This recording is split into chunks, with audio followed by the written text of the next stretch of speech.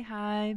Before I start talking about this game, let me tell you that I thought this was going to be something more akin to Fire Emblem or an RPG strategy game mixed with some RTS strategy. This game, in fact, is much more than that. Thank you so much to Koei Tecmo for giving me a key for this game so I could try it out for the first time. Romance of the Three Kingdoms 8 Remake is a remake of an older title that was released on the PlayStation 2. It does have newly done art for all the characters, and for the main hub you'll be spending a lot of time in. This remake also has other new features related to gameplay, such as Tales, a relationship chart, which includes a destiny mechanic where, depending on your actions during your playthrough, it assigns you a positive relationship with another character, which ends up being denominated symbiotic, and a negative relationship that could end up being sworn enemies or something of the genre. There's a new Link Force mechanic where officers you bond with can get some bonuses in a battle mechanic called traits, which are basically skills your characters know, and tactics which are in battle commands you can do to perform special actions like raising morale or an attack that can be countered by the enemy. Overall, this remake seems to have put a lot of focus into building relationships and growing stronger because of them. It's almost like a simulation game, but still quite different. Although it does have its simulation aspects, such as invading other cities and making decisions on your own in regard to where you should attack first and in response. The game also takes actions of its own based on what you do. So you will be getting invaded a lot of times or sabotaged. They've added Tales to the game, which allows you to choose specific events that unfold during your playthrough, and they can serve as tips or suggestions on what to do next. Although to me, sometimes they feel a little bit cryptic or not really straight to the point. But that might be due to my inexperience with the game.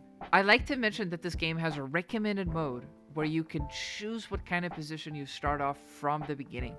So if you'd like to have control over all of your cities, officers, and everything in battle, you could just start off as a ruler. I personally found the alternative mode where you can choose any officer from the roster that has like thousands of people a bit lame.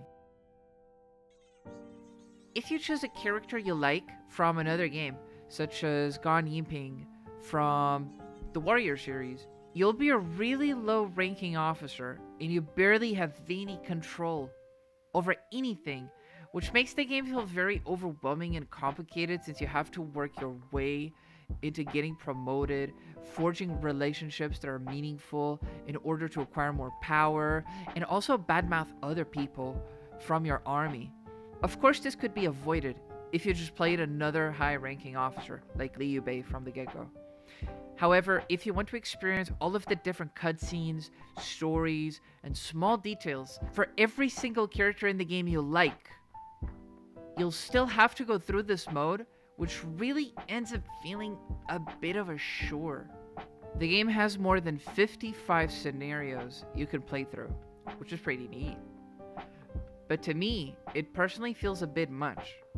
Along with some of the things you can see in the game, mainly on the politics and city management side, you're able to see a city's yearly income, defenses, officers, agriculture, and a lot more, which can be very stressful to manage. I can see the appeal of it, especially when it comes to someone who's really into this genre and likes micromanaging everything about their cities and kingdom, or someone who really enjoys feeling like they're progressing through the ranks of an army and slowly gaining more and more control over it. Also, can we talk about how the 2D animation for the sprites of some of the characters look? I feel like 2D portraits were animated, but it looks like AI did it. I really find them unsettling, and I hope they improve this on another game. Just look at this dude. His face looks weird, and so does the tutorial girl. When it comes to battles, the gameplay is nice. It's much more of what I expected initially from the franchise, and personally, it appeals to me a lot more. It has strategy, battalions you have to manage, and the only way to win is either by destroying the city's fortifications or destroying all of the enemy battalions that are on field, while also keeping in mind the time frame for reinforcements. This may first ROTK game, but overall, I'll give it 3 out of 5. Mainly because this game feels very niche, and there's a lot of aspects of the game that don't necessarily appeal to me.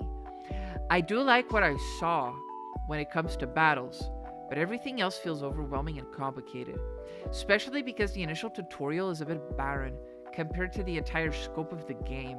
I feel like they should improve the tutorial or the tips given on your first playthrough instead of making you read through an entire help section on a menu, which makes me feel like I'm reading a bunch of FAQ threads. I think it's very tough on beginners, and that really impacts it along with the weird visuals on the portraits, which really weirded me out.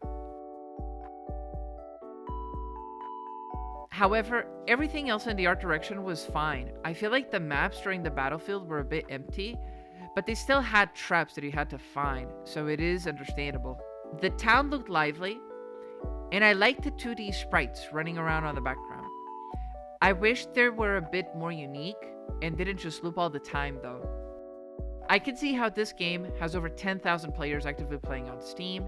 I'm not even sure if I should call it a niche franchise at that point, but it does feel like that to me, so I'm going with it. If you enjoyed this review, don't forget to hit the subscribe and like buttons. That would help me a lot. See you guys on the next one. Oyasin.